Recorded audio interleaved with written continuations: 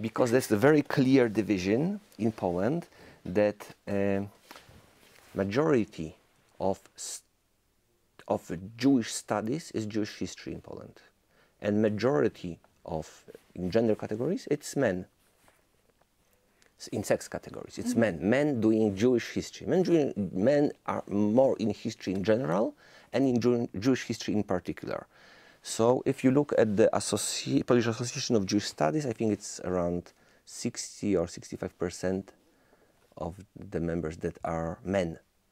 It's very different in literary studies, and it is different in Yiddish studies, because Yiddish studies in Poland, especially Yiddish studies, are much more literature-oriented. It is not so that Yiddish is considered to be just the language of studies. This is object of studies itself, which is very important to understand, because it also creates kind of ideology.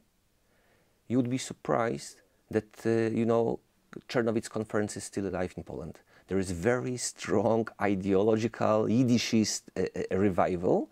People who are committed to language and who are very strong into researching this language, but also into building the community, academic community of people focusing on Yiddish only. So you have periodicals like Zwischen that you know, you have many people who are ideologically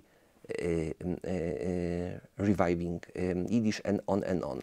Among those groups, there is a big number of women, strongly feminist-oriented, and I think that's simply because those two things go together, that this is the building of, you know, the mythology of the persecuted, of the downtrodden, and, you know, second track, all we are out, you know, Hebrew persecuting Yiddish, men persecuting women, and everything, which is historically very true. Today it's nothing much more than building, identity building, which it's kind of fun to me.